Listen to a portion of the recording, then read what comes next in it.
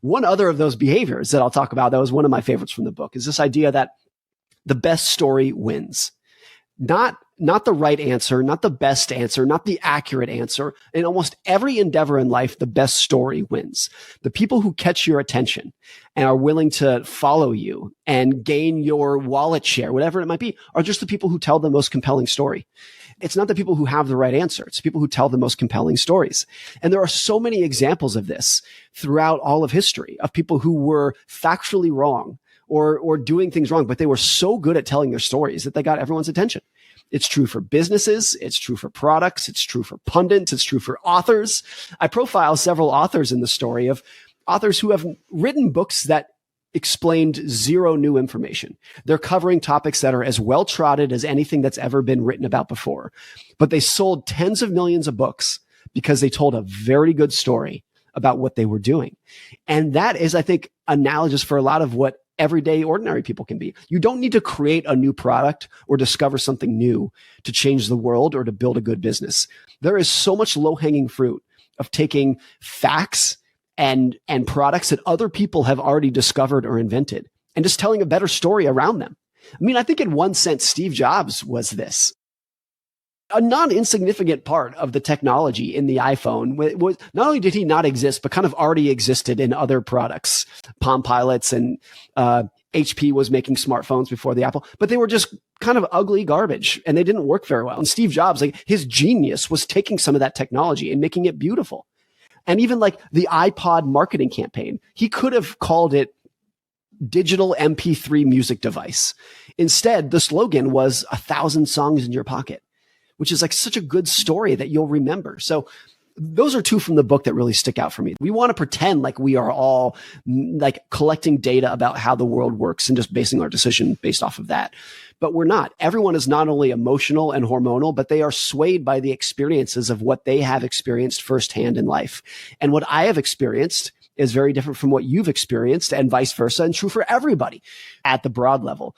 I think at the individual level, if there is a way to do it, and it's much easier said than done, it's just the realization that nobody is thinking about you as much as you are. Everyone else is worried about their own stuff. They're worried about their own car, their own house, their own clothes, their own jewelry. And so once you come to terms with that nobody is actually paying that much attention to how big your house is or how beautiful your car is or what brand shoes you're wearing, most people are not paying attention to that. They're worried about themselves. Once you come to terms with that, then I think part of your social aspirations to like put up your peacock feathers and show off to strangers really diminishes. But I think just a stronger appreciation for how bad things can get. And everyone wants to look back at history as something like the Great Depression and be like, oh, that was terrible, but it could never happen to me. Or hyperinflation in Argentina. That's terrible, but it could never happen to me. I think a big part of finance is realizing that other people's bad circumstances, of course, they could happen to you because they happen to other people who are not any less worthy than you are. And so I think understanding that is, to me at least, gives you a much lower tolerance for things like debt, a much higher tolerance for cash, and an appreciation, as we talked earlier, about risk is what you don't see. Of course, I, right now, sitting in my chair today, do not foresee a second Great Depression. I don't foresee hyperinflation in America. I don't foresee a civil war. Go on down the list. Of course, I do not foresee those things today. But if you go back to the 1920s in America, people did not foresee a depression back then. No one was seeing it back then, but it happened. So the idea that risk is what you don't see is a big part of this. And if you look at my personal asset allocation, like how my wife and I invest our money, a lot of financial advisors would look at it and say, you're being too conservative. You have too much cash. We have zero debt. What are you preparing for? And my answer would always be, I don't know. I don't know what I'm preparing for. I'm preparing for a world that I know curveballs are the most common balls that tend to be thrown. So I have no idea what it's going to be. If you're only preparing for the risks that you can envision, you're always going to miss a surprise. The answer to that is we are much better at predicting the economy than we used to be, except for the surprises, which tend to be all that matter. Like imagine you are a PhD economist in late 2019. And you, as you just said, you have all this information at your fingertips and all these astute formulas and models and computing power to gauge where the economy is going. Well, the only variable that mattered by an order of magnitude was this virus that at that point was spreading around China that was going to send the economy into the biggest economic crisis in 100 years. That's the only variable that mattered. So you're looking at we have all this information and variables for things that, frankly, in hindsight, tend to not matter that much. Whereas in the last 20 years, really the only economic variables that have made that much of a difference were 9/11, Lehman Brothers collapsing, and COVID. That's it. And those variables, I think, are still and always will be impossible to predict, no matter how much data or computing power the economists have. So I use the example of Zuckerberg, where in 2006, when Zuckerberg was like 21 years old, Yahoo offered him $1 billion cash for Facebook. And he turned it down, of course. At the time, I think a lot of people said, oh, he's crazy. Like $1 billion cash? You're 21 years old for this little 2-year-old startup. But in hindsight, we look back at him and he's like, he was genius for turning it down.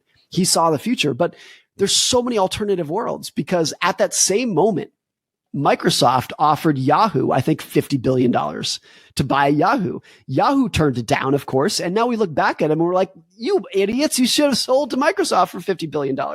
So there's all these alternative histories where, this gets back to what you and I were discussing earlier about probability and whatnot. Everyone views it as black and white. Were you right or were you wrong? But I think the only way to really gauge a decision is, were the odds in your favor? Now, my independence does not mean going to Mars and saying crazy things online, I hope. But my independence means I can think for myself and I can do things that I want to do with my family rather than conforming to the whims and wishes of some senior vice president sitting in an office somewhere. So I think that's been a lot of it for me. And I do think that, I mean, obviously the people like Musk and Newton and whatnot are the 1 in a billion kind of thinkers. But of course, I think once you are independent, then you can really think for yourself and do things and say things that you want to say. But of course, at least I hope that I can also balance that with being a good husband, a good citizen, a good friend, a good father, et cetera, et cetera. When they become optimistic about their own prospects, they go into debt, because that's the reasonable thing to do if you're very bullish on yourself. When they go into debt across society, the economy becomes unstable. And when it's unstable, you eventually have a recession. So a strong economy actually plants the seeds. It causes the weak economy. It's just pointing out how cyclical everything is. And I think you could say this about COVID as well, where we in public health became so good at preventing and managing pandemics that we went almost 100 years without a very significant pandemic in the United States. And because of that, when one occurred with COVID, we had no idea how to deal with it. We didn't have the muscle memory that we would have 100 years ago to understand how bad this could get, to spread the message for ordinary people to understand how bad it was.